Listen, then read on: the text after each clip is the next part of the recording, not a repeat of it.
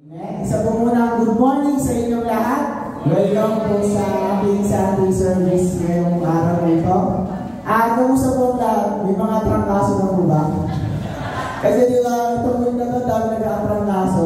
Sa bahay kasi namin, is dalawa na lang kami ng kapatid ko na walang trangkaso. Lahat may mga trangkaso na mga kapatid.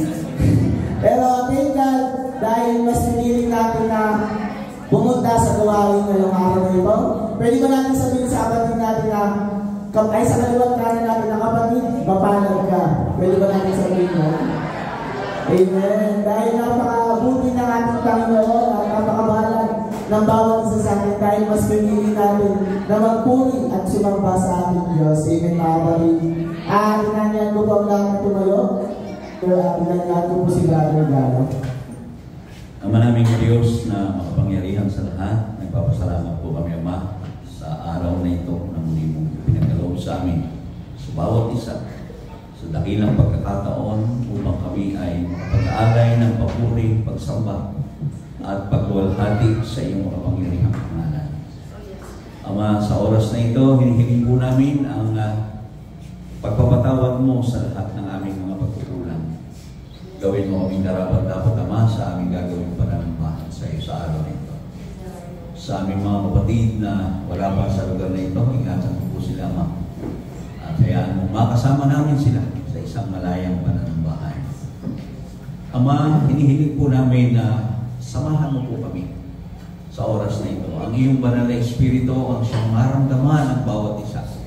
At hayaan mo, O Diyos, na maibigay namin sa iyo ang aming pinakamataas na papuri, pasasalamat at pagluwalhati sa iyong kadakilaan sa amin. Sa lahat ng mabubuting bagay na aming nararanasan mula sa iyo, Ama. Sa magandang buhay na ipinagkakaloob mo sa bawat isa. Sa kalakasan, O Diyos, at sa lahat ng tagumpay. Ama, sa araw na ito, pinupuri ka namin, pinasasalamatan, dinadakila ang iyong makapangyarihang pangalan. Tanggapin mo ang pagpupuri, pagpapasalamat ng iyong mga anak. At ikaw, Panginoon, ang siyang maglangis sa lahat ng iyong gagamitin, Ama. Ito po ang aming hinihiling sa iyong dakila at makapangyarihang pangalan. Sa pangalan ni Jesus. Amen. Praise the Lord! Nandang na po ba kumawin ng pagpuri para sa ating Panginoon? Let's have a praise the Lord! Praise the Lord! Hallelujah!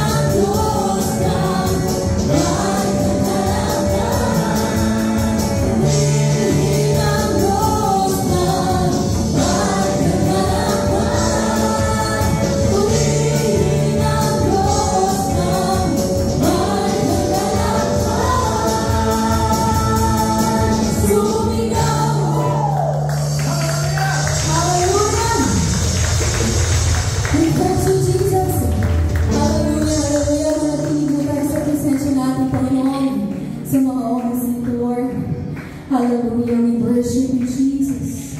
Hallelujah. Maraming salamat, Panginoon, sa lahat ng bagay, Panginoon, na pinagkaloob mo, Lord, sa bawat sa amin, Panginoon.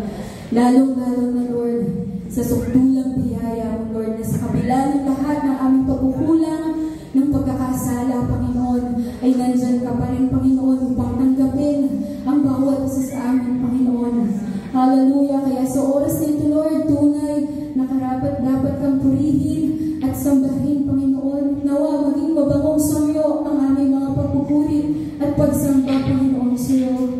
Oh, hallelujah, hallelujah, Jesus. We worship you, Lord. Hallelujah, Jesus. Hallelujah. We worship you, Jesus. Maraming salamat sa sukdulong biyaya mo, Panginoon, sa bawat isa sa amin, Lord. Oh, hallelujah. Thank you, Jesus. Thank you, Jesus. Thank you, Lord. We glorify your name. We exalt you. We thank you.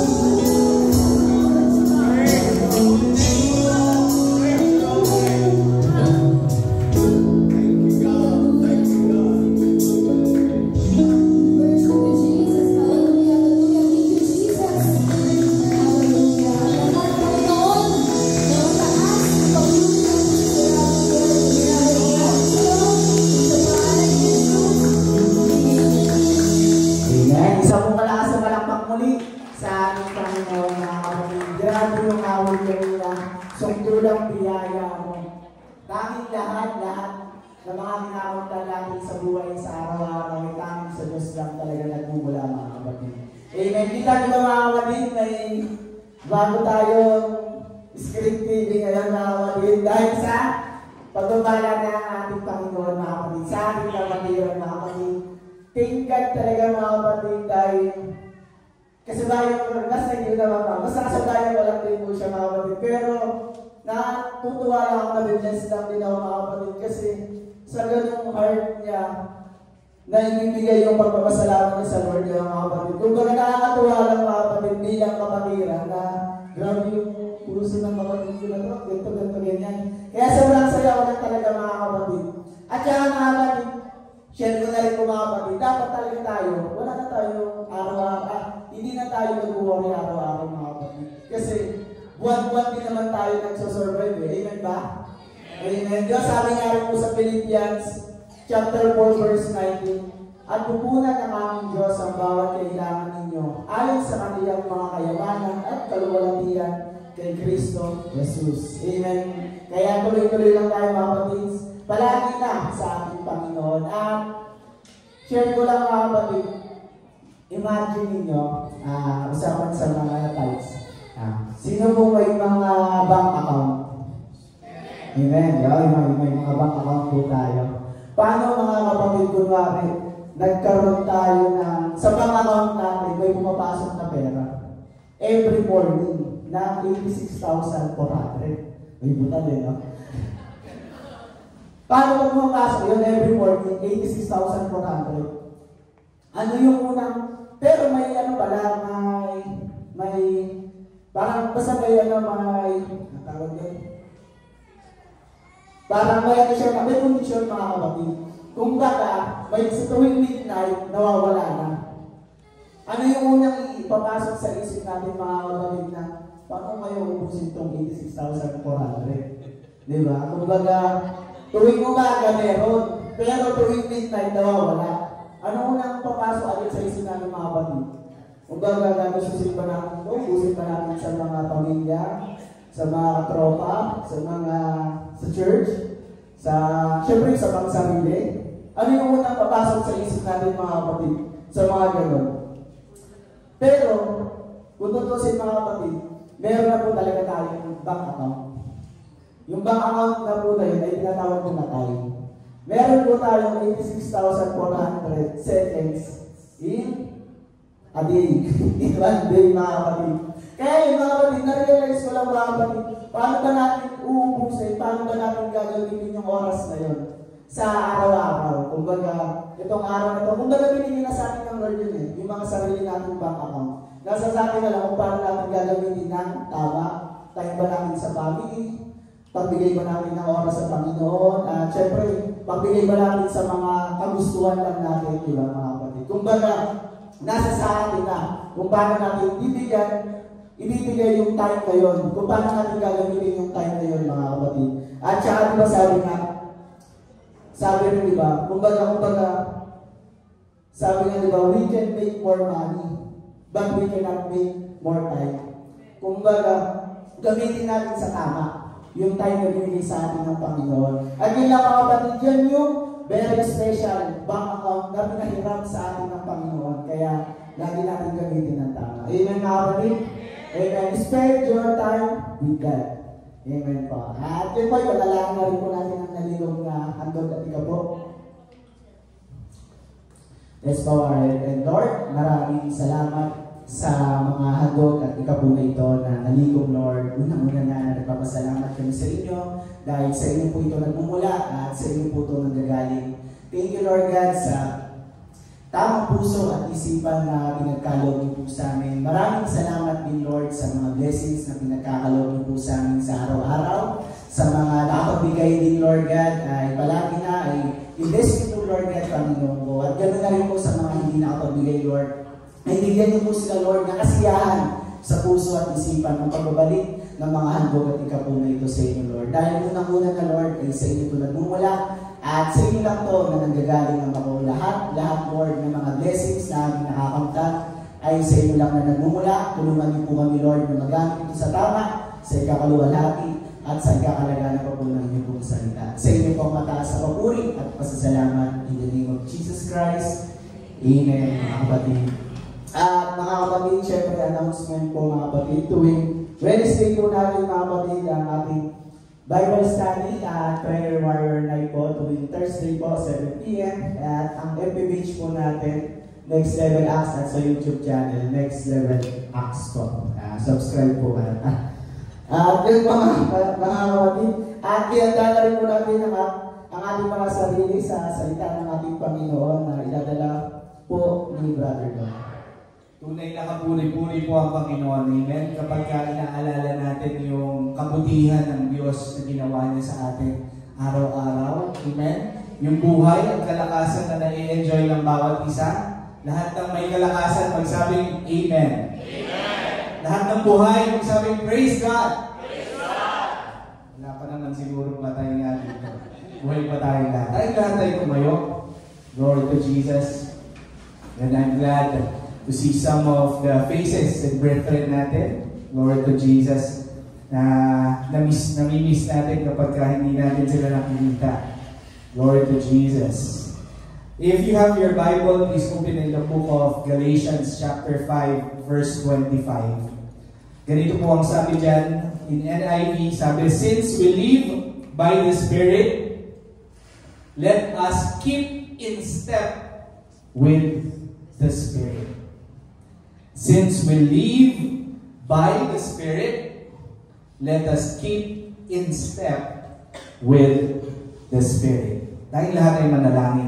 Dakilang Diyos, mapagpalang Ama, purihin ka po sa umagang ito na muli dinala mo kami sa lugar na ito upang kami makinig ng iyong salita. Lord, we ask for your Holy Spirit to touch each and every heart na nanarito, Panginoon. I pray, O God, na sa pamamagitan ng iyong mga salita, you will comfort us, you will encourage us, you will teach us, O God. Yes, Lord. And we ask for your anointing sa magsasalita sa amin sa umagang ito. Lakisan mo siya, Panginoon. May your Holy Spirit dwell upon him. And I pray, O God, that you open each one of us, our hearts and our mind, that we may be able to understand well your message this morning. In the mighty name of Jesus Christ of Nazareth, we pray. Everybody say Amen. Amen. Again, good morning. Blessed morning. Sabi nga sa kapatid natin, bonjour. Hindi po ako Italiano. Siya lang yun.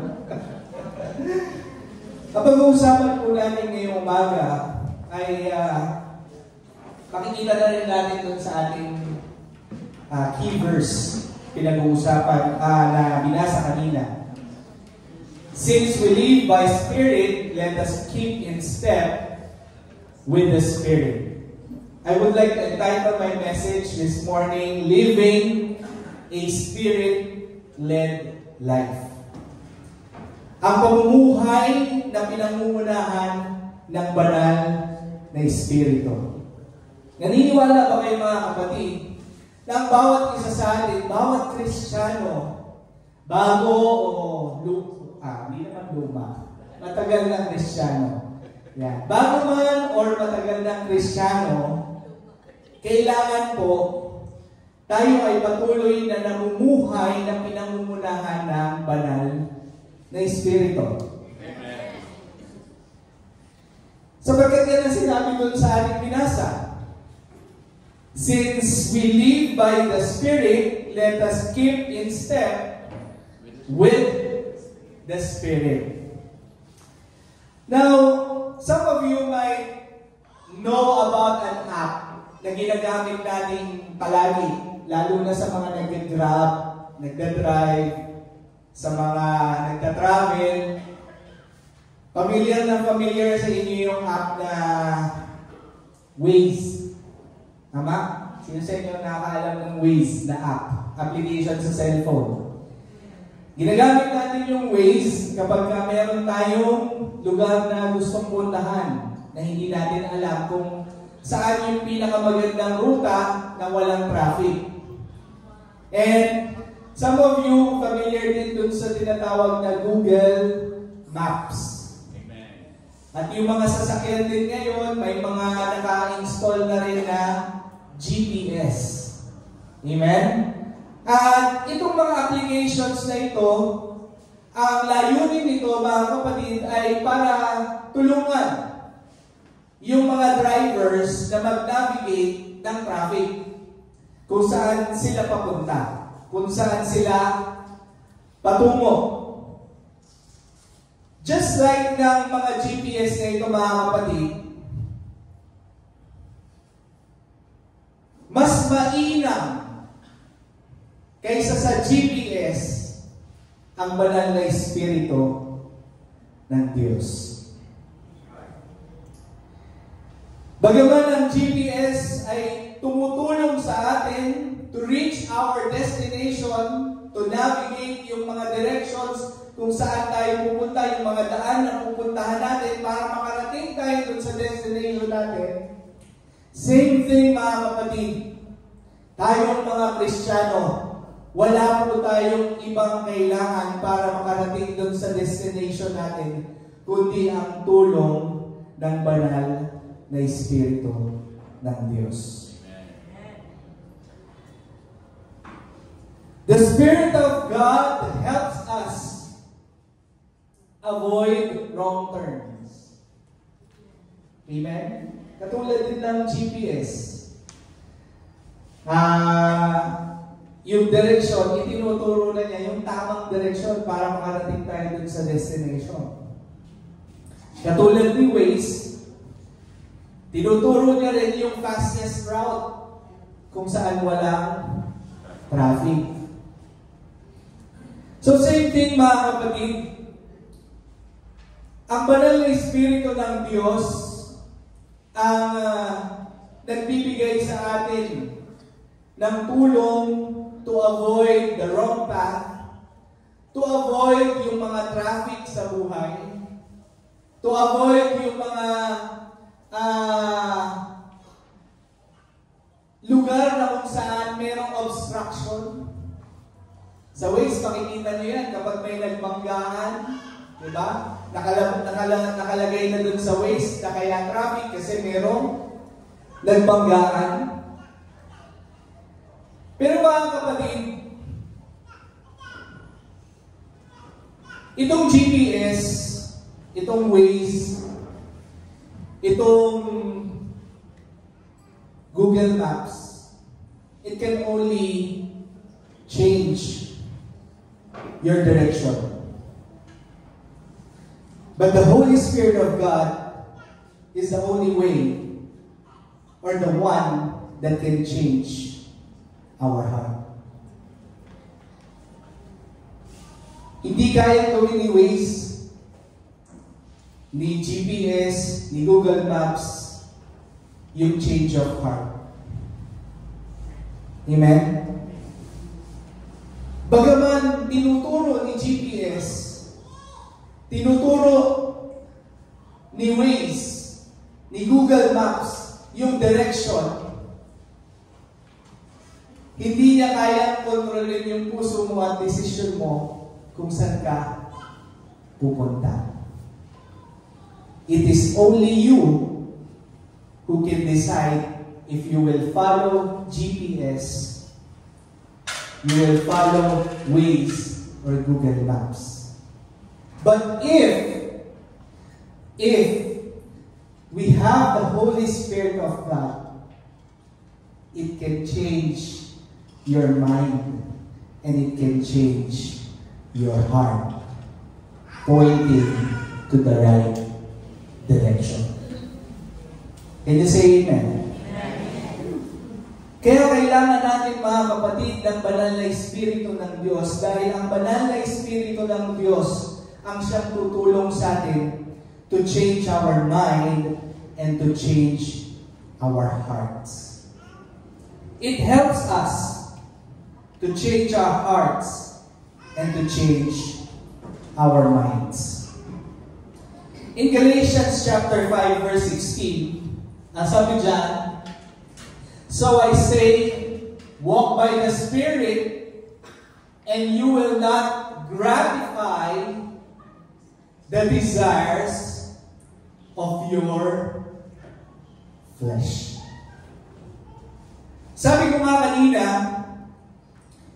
lahat tayong mga Kristiyano, we are called to walk according to the Spirit and no longer walking in the flesh. Bagaman tayong lahat, mga kapatid, ay namumuhay pa sa laman, tayo ay nasa mundo pang ibabaw na ito.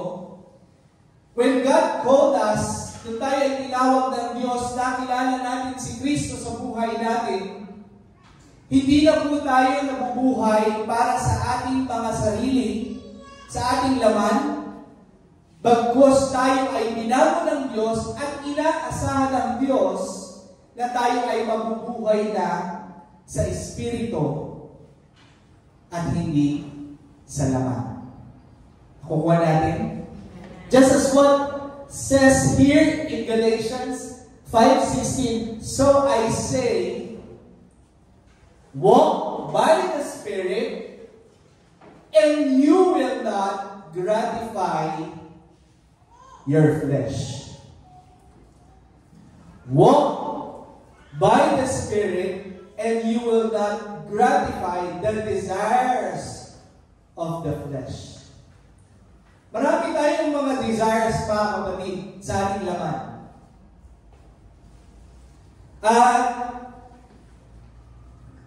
In order for us to change our hearts and our minds, we need to walk in the Spirit para magbago yung ating pong pag-iisip, yung ating puso, at ang sabi diyan, para hindi natin gawin yung mga bagay na ninanais ng ating mga laman. At alam natin, mga kapatid, na sa ating laman ay walang mabuti na nananahan. Amen. Yan po ang sabi sa Biblia. Sa ating mga laman, nandoon ang lahat ng mga desires na hindi mabuti. Sapagkat dahil sa dugo ng makasalanan, dahil dun sa ginawa ng ating ancestor, father, and mother, na si Adam and Eve, yung dugong makasalanan sa atin ay nananahan. Wala pong nagturo sa inyo na magsinungaling. Wala pong nagturo dyan sa mga bata natin na magsinungaling. Meron ba sa inyong magulang na tinuruan kayo magsinungaling? Wala, di ba? Pero, bakit habang lumalaki ang ating mga anak, natututo silang magsinungaling? Dahil, sa laman na ito ay puno ng kasalanan. We have a sinful nature. That's our nature. Sinful nature ng laman. Pero mga kapatid, nung tinanggap natin ang ating Panginoong Jesucristo, itong sinful nature na ito ay kasamang inilibing at namatay, nakalakip sa kamatayan ng ating Panginoong Jesucristo nung siya ay ating tanggapin sa pamamagitan ng bautismo sa tubig. When we were born again, ipinanganak na muli, mga kapatid, yung kapanganakang muli natin, ang sabi doon, ang sino man na ipanganak ng tubig at ng Espiritu ay makapapasok, ang hindi ipanganak ng tubig at ng Espiritu ay hindi makapapasok sa kaharian ng Diyos. So bakit? Sapagkat walang makasalanan na pwedeng umakyat ng langit. At para tayong patawarin dun sa ating sinful nature, kinakailangan na tayo ay maging malinis sa harapan ng Diyos. Sa pamamagitan ng pagiging born again. Yung born again, mga kapatid, hindi po yan pagsali sa relihiyon. Ang sabi po sa Juan, unless a man be born again, he cannot enter the kingdom of God. At sumagot si Nicodemo, how can I be born again if I am already old? Can I enter to my mother's womb the second time and be born? Jesus answered, verily, verily, I say to you, unless that you will be born of water and of the Spirit, you cannot enter the kingdom of God. Amen. Thank you, Lord. Yun yung way ng Lord para tayo mabalitan dun sa ating sinful nature. Mapatawad yung ating sinful nature. Why? Ang sabi sa Acts 2:38, repent and be baptized each one of you in the name of Jesus Christ for the remission of your sins, para sa ikapagpapatawad ng ating mga kasalanan sa pangalan ng ating Panginoong Hesukristo. Amen? Kaya ang sabi doon ng ating Panginoong Hesukristo, doon sa Mateo, ang sabi niya, go on all nations, baptizing them, make disciples, baptize them in the name of the Father, of the Son, and the Holy Spirit. Ginawa yun ni Peter. Pinangaral niya si Jesus Christ. At pagkatapos niya ipangaral si Jesus Christ, yung mga tao narinig yun, na pagbago ang kanilang damdamin, sinabi niya kay Pedro, anong gagawin namin para mapatawad kami sa aming kasalanan? Sumagot si Pedro, repent and be baptized, each one of you, in the name of Jesus Christ for the remission of your sins. So, ibig sabihin, mga kapatid, nung tayo ay tumanggap sa ating Panginoong Hesukristo, mapatawad sa ating mga kasalanan, mga kapatid, hindi na tayo dapat talaga nabubuhay sa kasalanan at sa laman. Kaya sinasabi dito, so I say. Kung babasahin natin yung buong talata ng Galatians chapter 5, ito ay tumutukoy kung paano ang mga taga-Galacia ay nabubuhay sa legalismo. Bakit? Sapagkat marami sa kanila gusto na yung mga hintil kailangan muna magpatuli bago sila tawaging Kristiyano. Pero sinabi ni Apostle Paul na hindi na kailangan ng tuli at ng hindi tuli, wala ng tuli at hindi tuli. Sapagkat kayong lahat na nangabautismuhan kay Kristo ay pare-parehas ng nilinis sa pamamagitan ng bautismo kay Kristo. Kaya yung bautismo, mga kapatid, huwag kayong matakot kung ano yung baptism. Yung binyag, hindi po yan pagsali sa Next Level Apostolic Church of the Savior. Right. Baptism is a way that the Lord commanded for us to be cleansed by our sinful nature. Kaya ang sabi ng Panginoon, when we were baptized, you were being born again, you are now a new creation. Tayo na mga ipinanganak kay Kristo ay bago ng nilalang. Malinis at wala na bahid ng kasalanan. Now, ibig sabihin ba nun, Brother Dong, hindi na tayo magkakasala? Hindi. You are still in the flesh, but the difference is you are complied or you are compelled to comply in step with the Holy Spirit. Meron na tayong banal na Espiritu ng Diyos ngayon na pwede nating makatuwang sa ating paglakad bilang isang Kristiyano. Palakpakan natin ang ating Panginoon.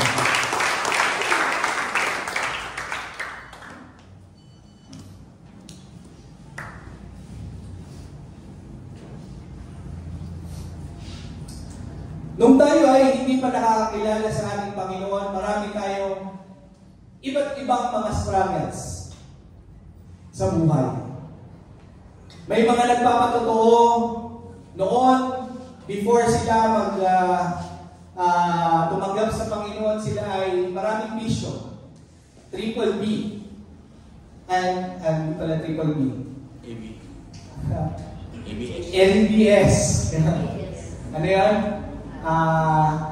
Alak, babae, sugal. Yan. Yung tatlong yon present. Pero mga kapatid, nung hindi ka pa nakakilala sa ating Panginoong Jesucristo, yung ABS na yon, wala kang pakialam. Pero once na nakilala mo ang ating Panginoong Jesucristo, meron na yung pumapasok na conviction, sinasabi sa iyo ng banal na Espiritu ng Diyos na huwag ka nang mag-ABS. At unti-unti, mga kapatid, yung struggle na yon, natulungan ka na mabago at maalis sa pamamagitan ng banal na Espiritu ng Diyos. Amen. Palakpakan natin ang ating Panginoon.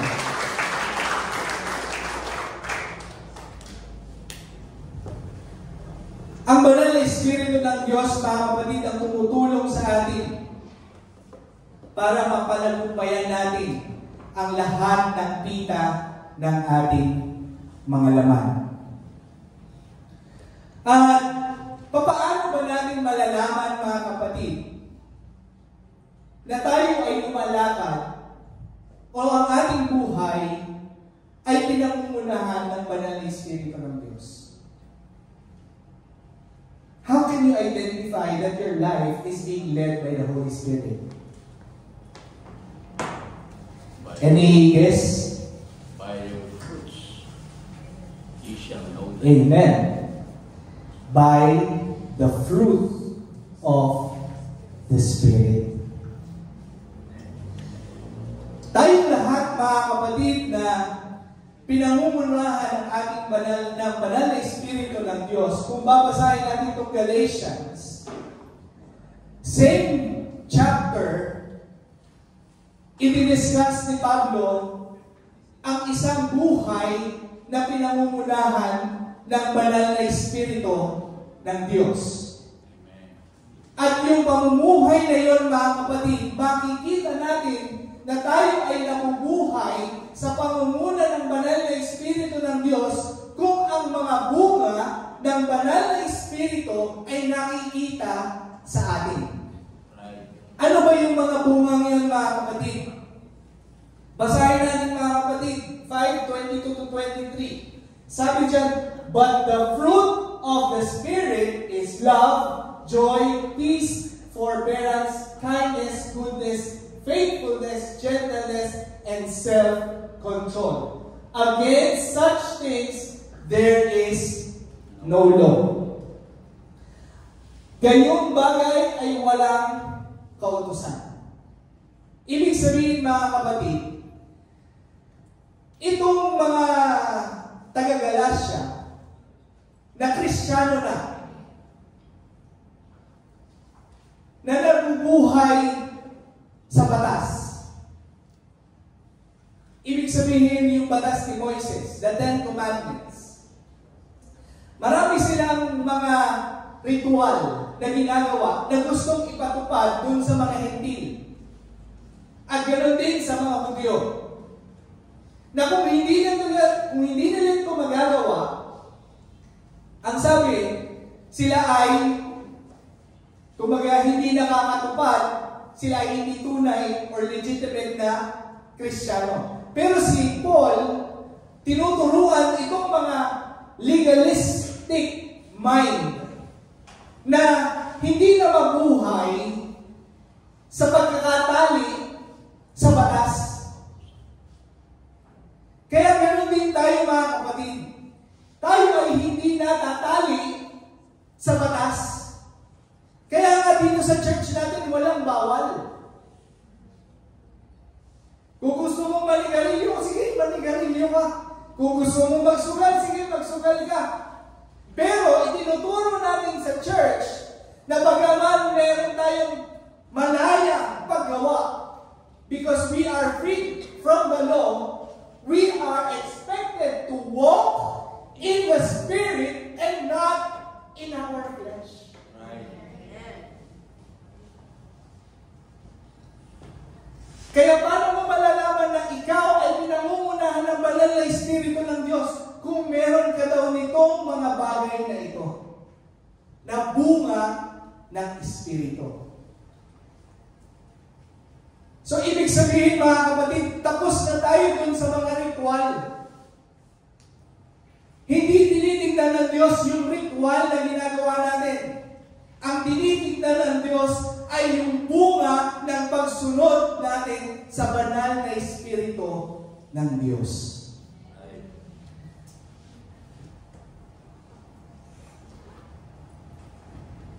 When we choose to forgive sa mga tao na nagkamali sa atin, when we choose to live in peace sa mundong napaka-gulo at delikado, kung ikaw ay nabubuhay sa takot, kung ikaw ay nabubuhay sa galit, kung ikaw ay nabubuhay pa sa inggit, kung ikaw ay nabubuhay pa sa laman, sa lahat ng mga fleshly desires, there is the Holy Spirit that can change your mind and change your heart. Palakpakan natin ang ating Panginoon.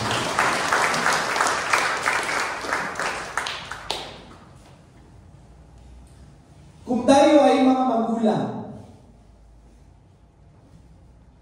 at ang ating mga anak ay nasa adulthood or adulting period, napakabukas ng internet, mga kapatid. Ang pornography, easily access. So kung iniisip natin na ang ating mga anak ay hindi vulnerable sa pita ng laman, I will tell you, you're wrong. Because your children are exposed to vulnerability ng pornography, ng sex trafficking, ng lahat ng klase ng kasalanan na makikita natin dito sa internet.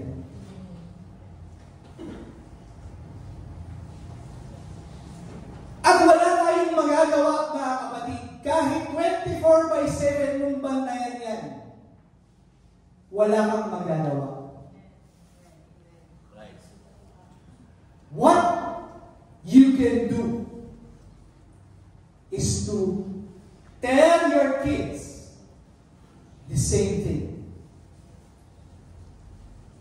That you are a child of God and you are compelled to walk in the Spirit and not in your flesh.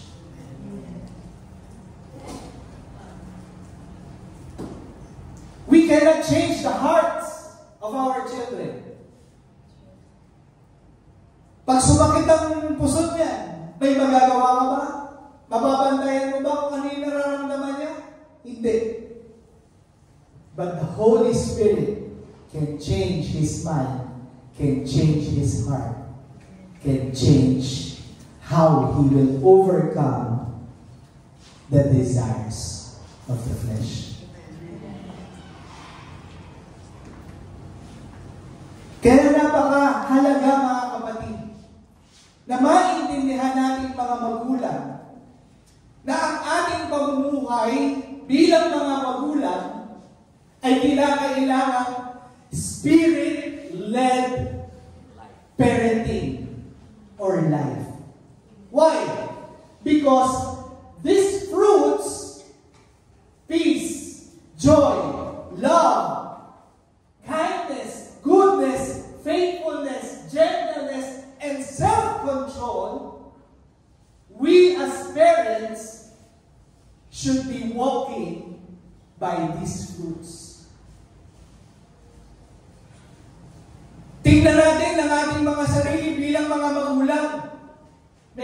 bagong love?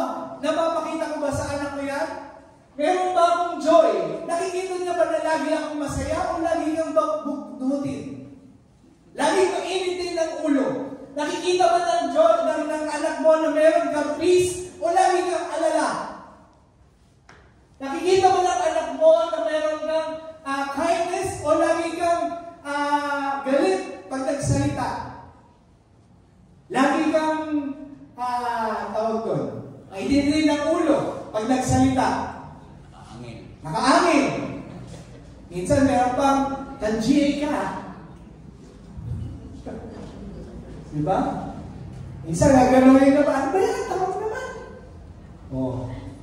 Hilta tayo dyan, mga kapatid. Minsan, diba? Lalo na kapag mainit ang ating ulo. Pero mga kapatid, bilang mga magulang, a spirit-led life, as parents, mga kapatid, these fruits should be seen in us.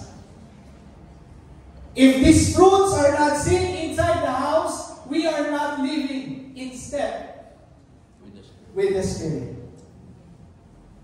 Yan lang ang basihan natin, mga kapatid. If we are living in step with the Spirit. Sa kalsada na lang pag kinat ka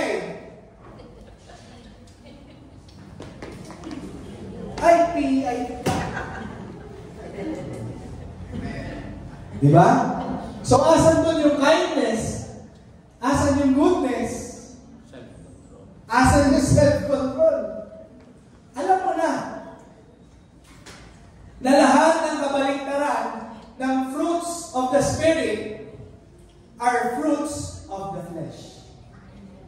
Or lust of the flesh. Or desires of the flesh. Amen. Palakpakan natin ang ating Panginoon.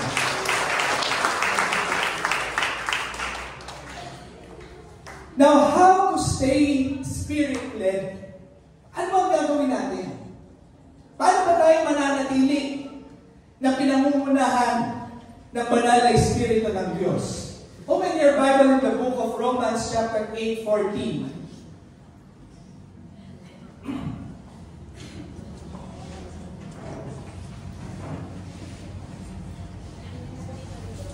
Ay, hindi ko ba nasama? Sorry.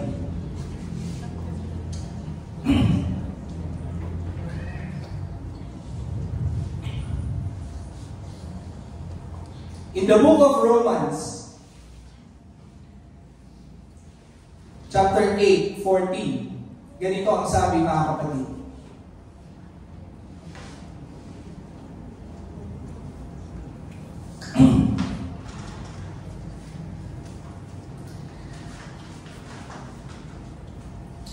For those who are led by the Spirit of God are the children of God. The Spirit you receive does not make you slaves, so that you will live in fear again. Nakuha natin yung mga kapatid. For those who are led by the Spirit of God are the children of God. Ibig sabihin, tayo na tumanggap sa ating Panginoong Jesucristo, na bautismohan, ang sabi sa Biblia, tayo ay binigyan ng karapatang tawagin anak ng Diyos. Now, since we are children of God, we are led by the Spirit of God. Automatic yun. Automatic yun. Meron tayong banal na Espiritu ng Diyos na tutulong sa atin para tayo turuan, para tayo i-direct, para tayo pangunahan. Pero ang sabi diyan, so that you will live, but the Spirit you receive, sabi diyan, the Spirit you receive does not make you slaves. Ibig sabihin, mga kapatid, kapag ikaw ay nabubuhay sa pangunguna ng Espiritu ng Diyos, ibig sabihin, naiintindihan mo na yung pag-direct ng banal na Espiritu ng Diyos ay hindi para ikaw ay pahirapan, para ikaw ay alipinin. Yan. Para ikaw ay maging alipin. Kundi, ito ay para sa iyong ikabubuti. Amen? Kasi yung alipin, wala siyang ibang choice, kundi sumunod, kahit hindi niya gusto. Pero tayo mga kapatid, ayaw ng Panginoon na tayo ay susunod dahil hindi natin gusto or dahil napipilitan tayo dahil ang tingin natin, we are obliged to do it. Nakukuha ba ninyo? Hindi dahil sa alipin ka ng Panginoon, kundi dahil sa anak ka ng Panginoon. Katulad rin sa atin bilang mga magulang, ayaw natin na susundin lang tayo ni Chef kasi tatay tayo. Amen? Gusto natin susundin tayo ng mga anak natin dahil naiintindihan nila na yung binibigay natin instruction sa kanila ay makabubuti sa kanila at mahal nila tayo. Palakpakan natin ang Diyos. Same thing. Hindi tayo susunod sa banal na Espiritu ng Diyos dahil we are enslaved or alipin tayo ng banal na Espiritu. Hindi. Kundi dahil tayo ay anak ng Diyos, katulad ng tatay, we love God and He knows what's best for us. That's why we obey. That's why we allow the Spirit of God to lead us in obedience in His Spirit. Amen. Now, sabi dyan, for those who are led by the Spirit of God are the children of God. Okay? Pinapaulit-ulit ko, are the children of God. Kailangan ninyong maintindihan, natin maintindihan na anak tayo ng Diyos. Hindi ka alipin ng Diyos. Anak tayo ng Diyos. Napakaganda nung sharing namin ni Brother Gabi kagabi. When we're doing our fellowship. And this is one thing na susunod kong share na in order for us to be led by the Spirit is we should be living in prayer. Right. Can you say amen? Without prayer, you cannot be led by the Holy Spirit. Without praying, you will not know the leading of the Holy Spirit. Amen? Bakit? Because prayer is our communication to God. Sino sa inyo ang hindi nakikipag-usap? Meron ba sa inyo ang hindi nakikipag-usap sa kapwa? Lahat tayo marunong makipag-usap. Tama? Nakikipag-communicate.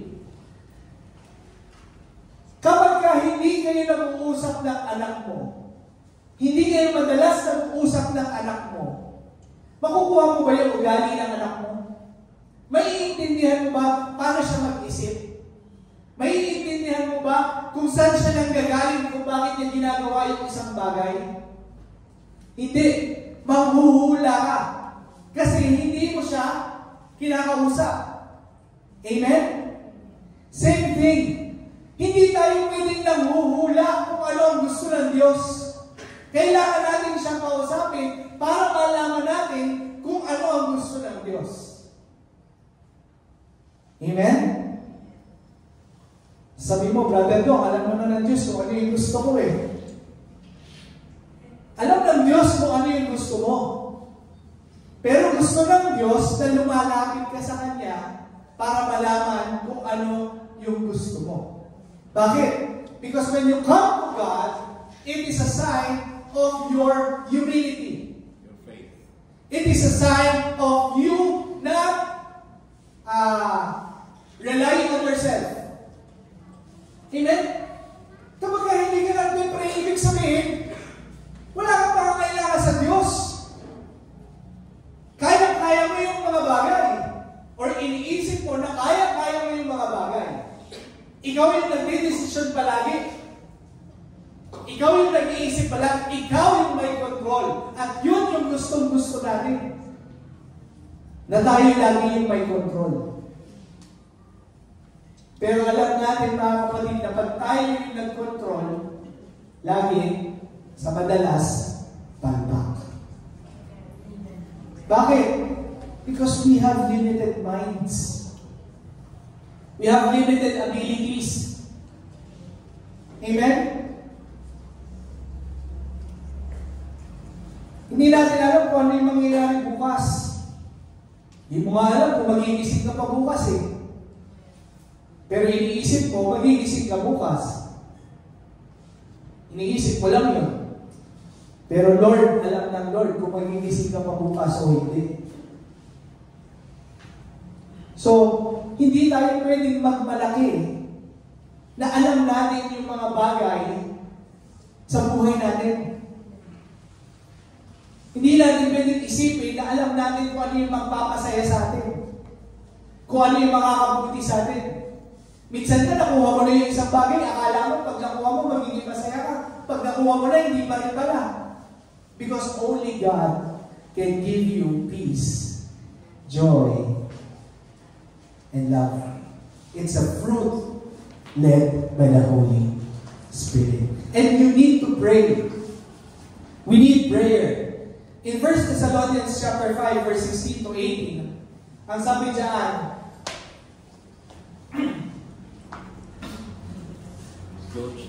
rejoice always, pray continually, give thanks in all circumstances. Pray continually, or sabi doon, pray without ceasing. Ibig sabihin, hindi walang patid yung pananalangin natin mga kapatid. Yung pananalangin natin mga kapatid, hindi kinakailangan laging nasa kwarto. Kahit naglalakad ka, pwede kang nakikipag-usap sa Panginoon, nananalangin ka. Habang nagdadrive ka, pwede ka nagpupuri, nagpapasalamat sa Panginoon, ano yung gagawin mo.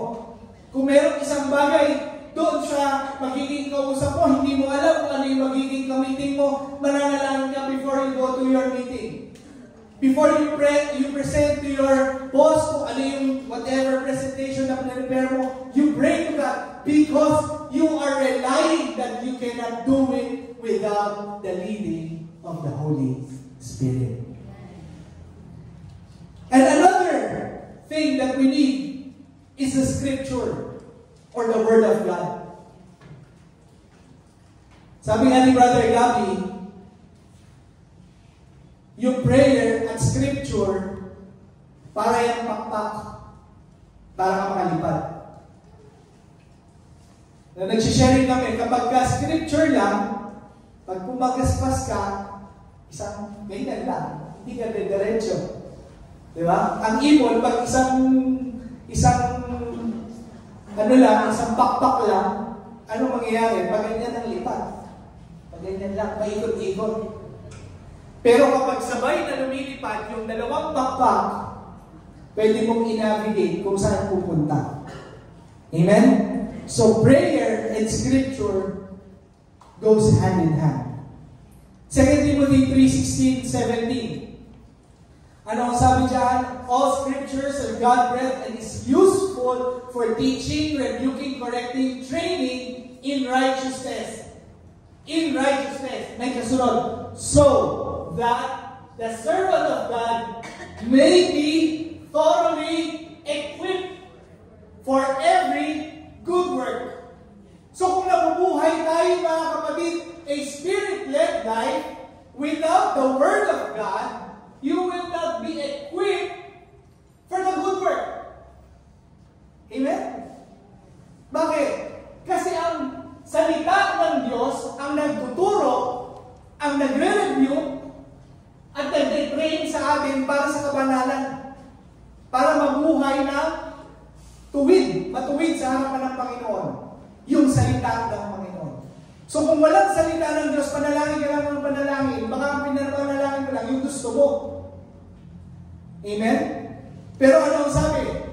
Assurance of answered prayer. Pag-isipin niyo na maigi yung assurance of answered prayer. Lahat ng mga nagdi-discipleship, what is assurance of answered prayer? John chapter 16, verse 24. Ano ang sabi?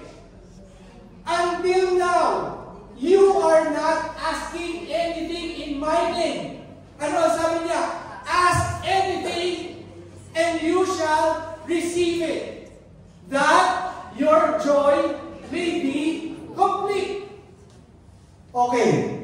So yung pananalangin, yung paghingi is part of asking in prayer. At kapag tayo nanalangin mga kapatid, ang panalangin natin, hindi palagi ang hinihingi natin yung gusto natin.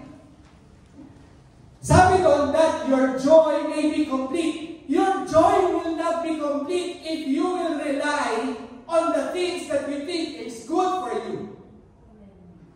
Can you say that? Kasi hindi mo alam yun.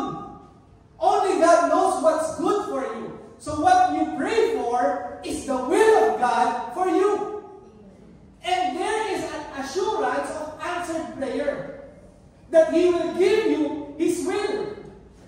You will understand His will. You will know God's will. And when you know that, and you do it, there's an assurance of joy.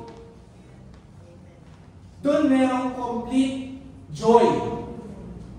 Kaya nangyayari mga kapatid, yung pinapanalangin natin, bagaman sa tingin natin, mabuti, pero nauna, parang genie ang Lord. Ito yung gusto ko, Lord. Pwede ba, bigay mo sa akin ito, ganyan, ganyan. Hindi. When we pray, we ask God's will. Lord, ito ba yung gusto mo? Ituro mo kung ano yung gusto mo. Lord, ito yung gusto ko. Ito ba ay ayon sa kalooban mo? Kung hindi, pakita mo sa akin kung ano yung kalooban mo so that your joy will be complete. Palakpakan natin ang ating Panginoon. Aside from that, mga kapatid, Matthew 7:21, we need to obey. Jesus always obeyed God's Spirit. Nung siya ay nagkatawang tao, si Jesus ay lumakad, na bilang tao, naranasan niyang magutom, naranasan niyang maalipusta. At alala ko siya nanonood sa inyo sa Netflix yung The Chosen. Pinapanood ko yung mga kapatid ngayon. At napakaganda nung ano na yan, nung series na yan.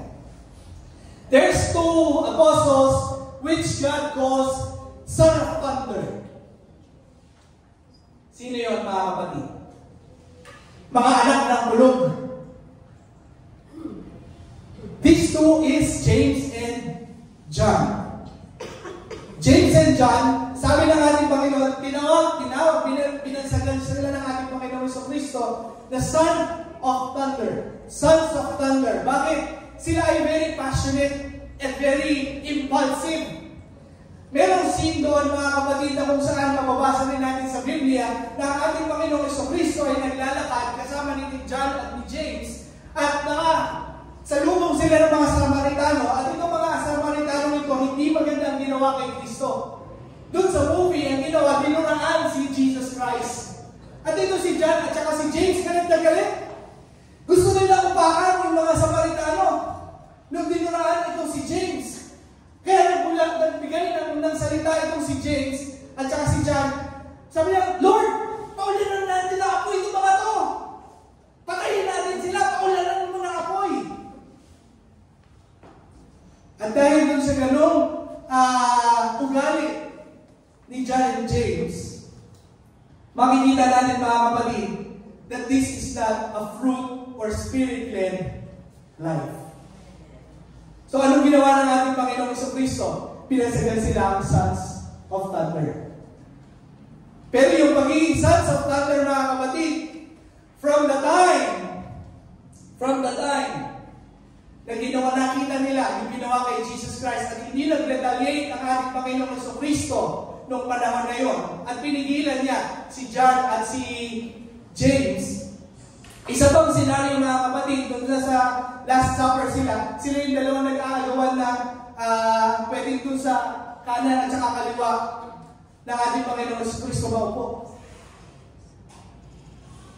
Pero the Lord changes their hearts and their minds. We know that John is the last apostle who wrote Revelations. Na until now, pinapakinabangan natin mga kapatid. So yun ang ibig sabihin mga kapatid. In Matthew 7:21 sabi doon, not anyone that calls to me, Lord, Lord, shall enter to His kingdom. Ayan. but only those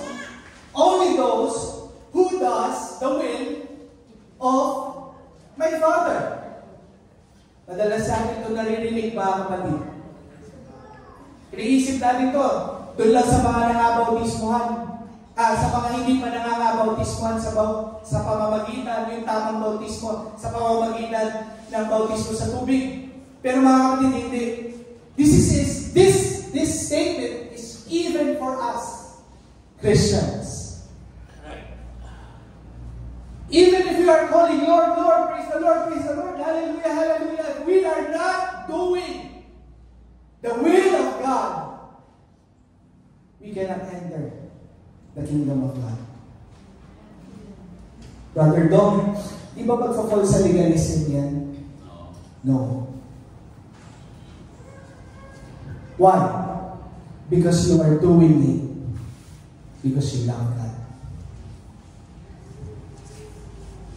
Hindi natin pwedeng abusuhin yung grasya.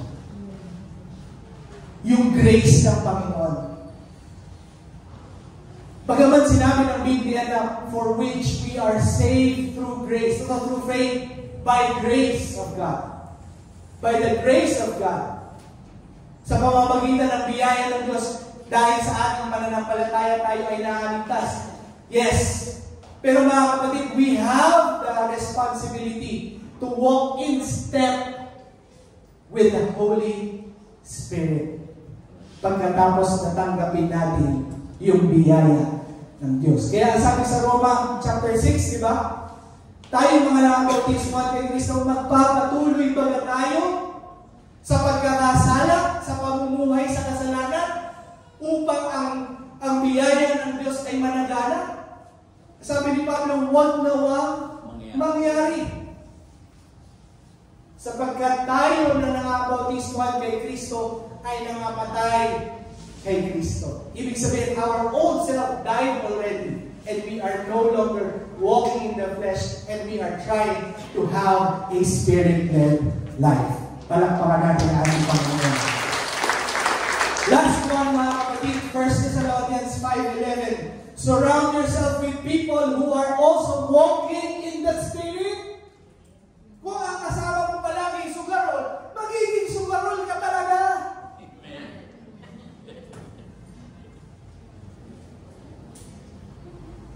Hindi ko nababanggatin. Pero na akong nakausap. Ganyan. Hindi naman siya sugarol noon.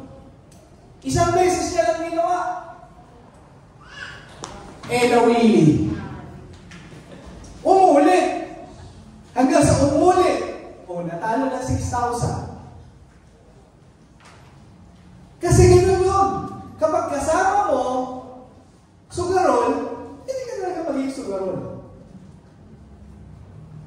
But if you have a community of Spirit-led people, sila yung kasama mo palagi, you will be able to walk with them with the Spirit-led life. Amen? Kaya importante yung discipleship, mga kapatid. Kung wala pa kayong discipler, maghanap kayo ng discipler ng mga kapatid na tutulong sa inyo so that you can walk together in a Spirit-led life. 1 Thessalonians 5:11, therefore encourage one another and build each other up just as in fact you are doing. Amen?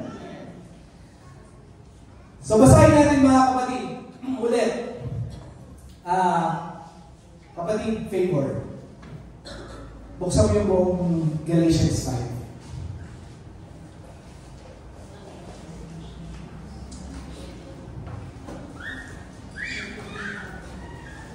Kahit medyo maliit, okay lang.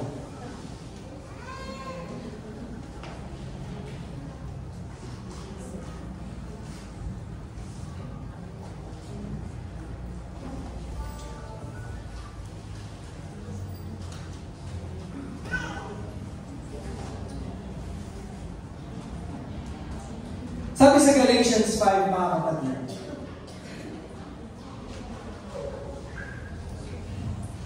Sa verse 1, sabi niya, "It is for freedom that Christ has set us free.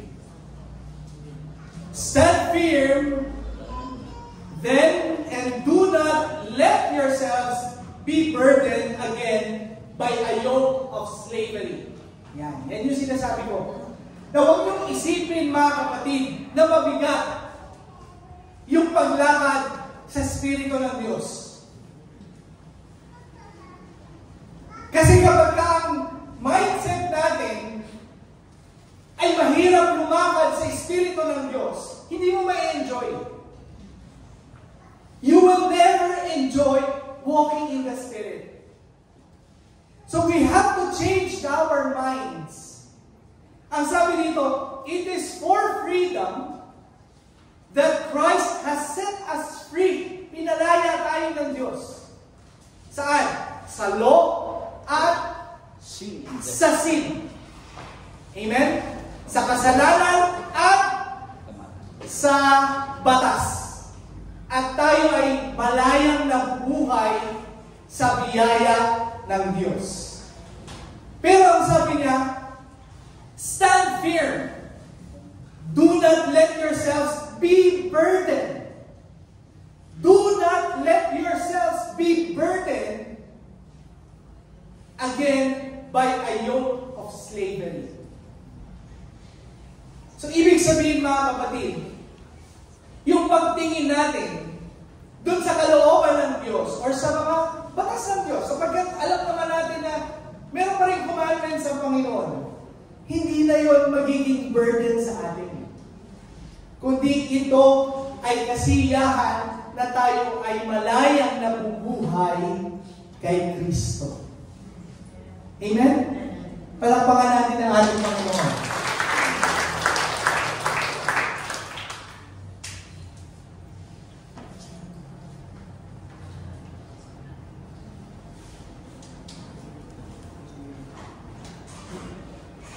Sa 14, yan. Sabi dyan, for the entire law is fulfilled in keeping this one command. The entire law is fulfilled in keeping this one command. What is that? Love your neighbor as yourself. If you bite and devour each other, watch out and you will be destroyed by each other. Ibig sabihin, mga kapatid, yung ating pamumuhay, kasi tayo na namumuhay kasama ng ating kapwa, yung pamumuhay natin, mga kapatid, iikot lang yung batas ng Diyos dito sa batas na ito.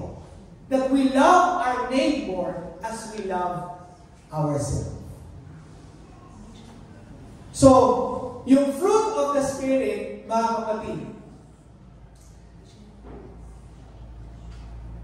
nasa-summarize by loving our neighbor as we love ourselves.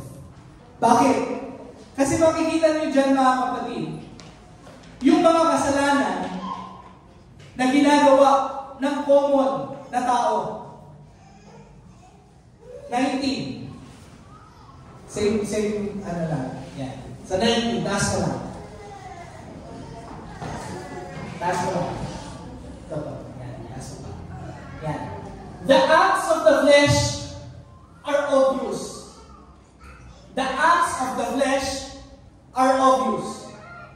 Sexual immorality, impurity, debauchery, idolatry, witchcraft, hatred, discord, jealousy, fits of rage, selfish ambition, dissension, factions, envy, drunkenness, orgies, and the like. I warn you, as I did before, that those who live like this will not inherit the kingdom of God. Kung titignan natin yan, mga kapatid, those are all fruits of the flesh. Living with the community. Amen? Lahat yan. Kapag nainggit ka, ano yan? Fruit of the flesh. Kapag yung sexual immorality, fruit of the flesh. Diba? So,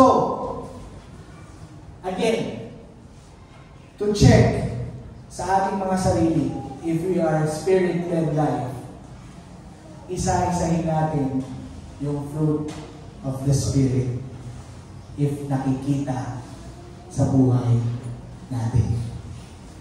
Amen? So sa loob ng bahay natin, i-practice natin. Dapat we are led by the Spirit of God in every way na ginagawa natin. And the Spirit of the Lord, sabi doon, He will give us power. When the Spirit of the Lord comes upon you, He will give us power. We need the Word of God, we need prayer, and we need to obey.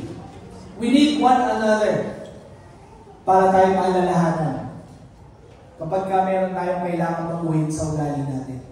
Iron sharpens iron. Amen? So, tayong lahat, dapat ganun ang ating mindset. Kung meron kinokorek sa atin, i-accept natin. We need to be open-minded pagdating sa lahat ng mga dapat baguhin sa buhay natin kapag tayo ay kinokorek. Hindi porket magulang ka, hindi ka pwedeng pagsabihan. Na hindi pwedeng magsalita yung anak nang may paggalang. Sa mga anak, hindi ko sinasabi na hindi kayo pwedeng magsalita.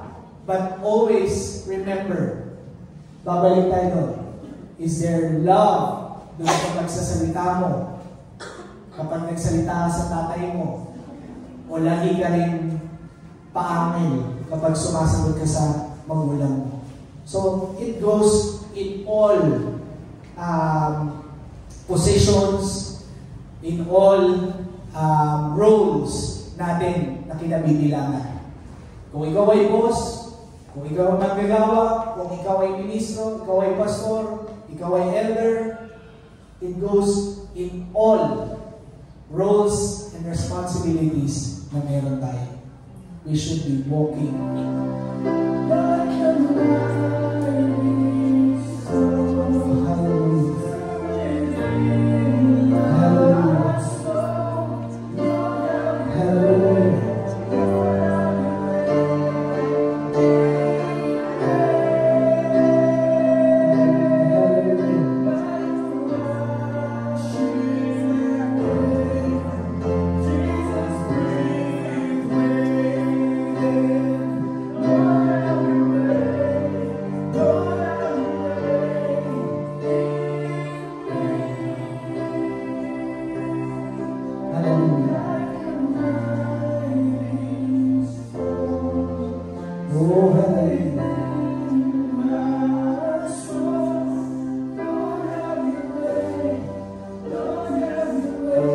Call the name of the Lord.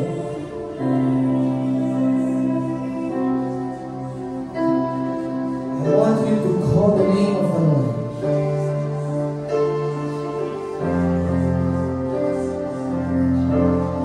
Don't mind the time.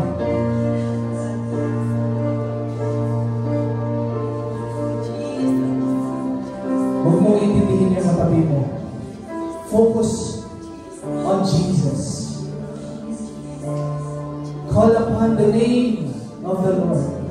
Sabi ng awit, call upon the name of the Lord and you will be saved. Panghawakan mo yan, kapatid.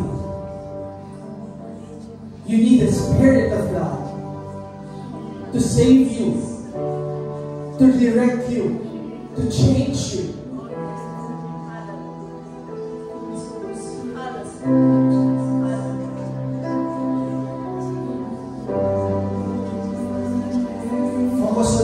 Focus on your dealing with the Holy Spirit of God.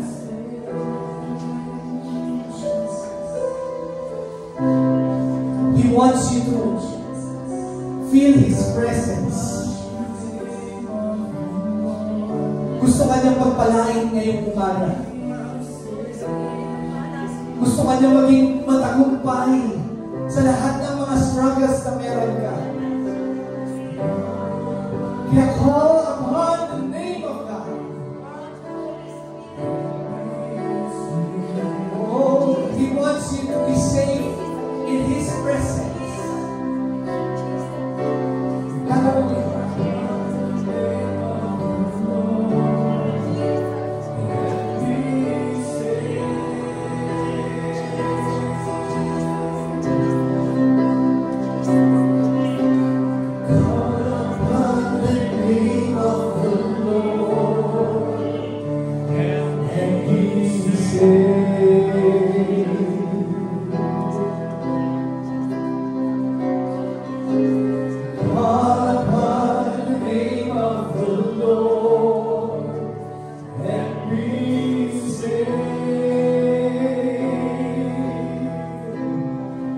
Call upon the name of the Lord. Jesus.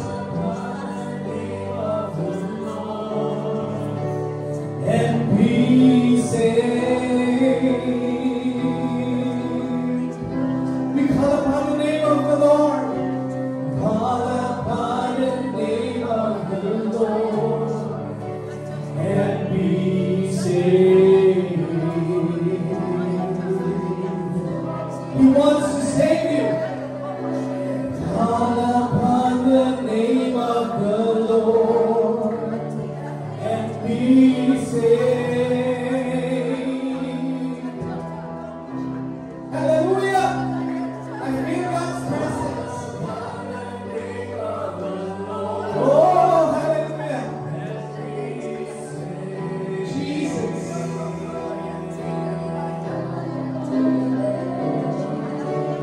Call upon the name of the Lord and be saved.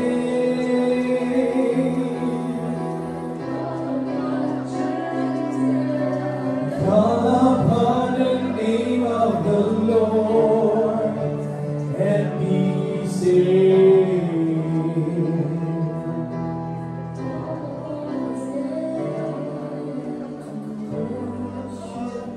Here I am to bow down. Here I am to say that you're my God. Altogether worthy, altogether worthy, hallelujah! You are worthy to be praised, Lord. Here I am to worship. Well, here we are. We bow down to God. Here I am to say that you're my God. Altogether worthy, altogether worthy, altogether wonderful to me. Here I am to worship. Here I am to bow down. Here I am to say that you're my God. You're altogether lovely, altogether worthy, altogether wonderful to me.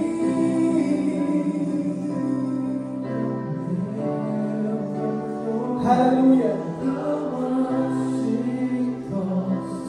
To see my sin upon the cross, I never know how much it costs to see my sin upon the cross. I never know how much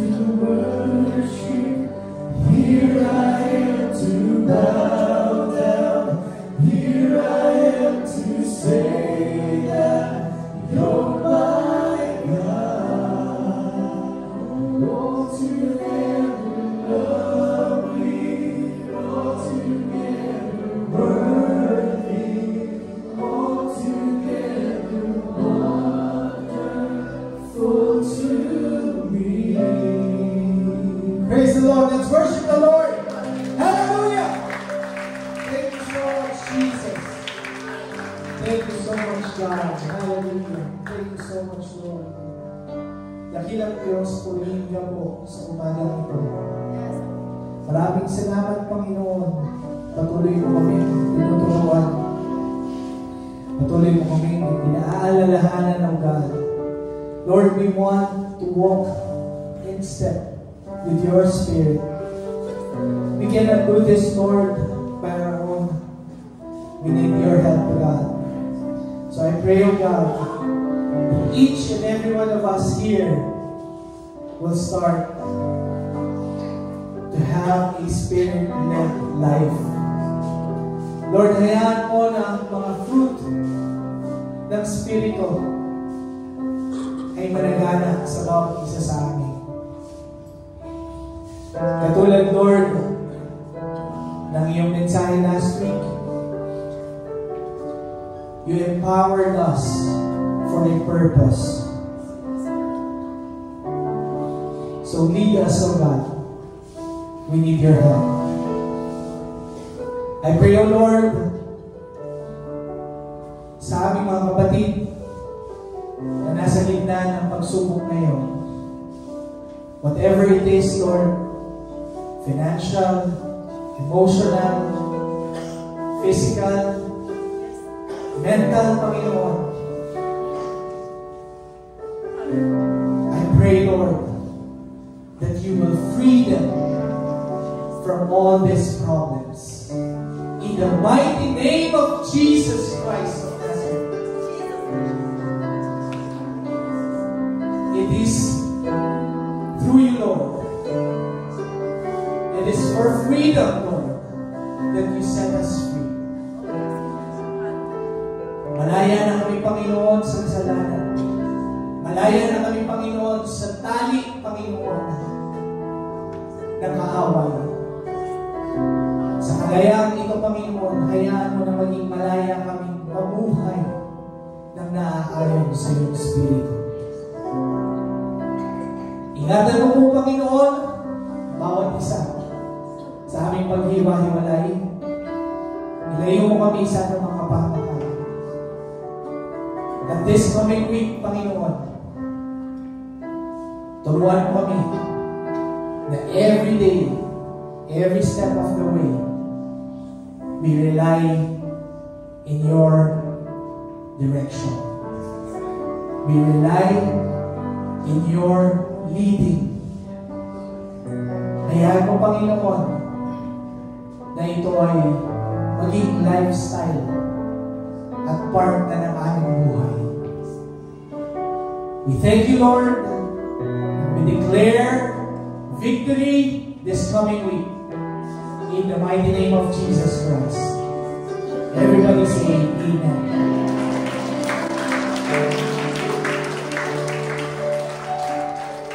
Natin ang basbas ng ating Panginoon. Katapos-tapusan, mga kapatid, paalam na ang pakikipisan ng banal na Espiritu ay sumainyo. Pagpalain ang inyong mga hanap buhay, ang inyong pamilya, ang inyong mga negosyo, at gamitin ang bawat isa sa inyo sa ikaluluwalhati ng ating Panginoon. You're dismissed in Jesus' name. God bless you, mga kapatid.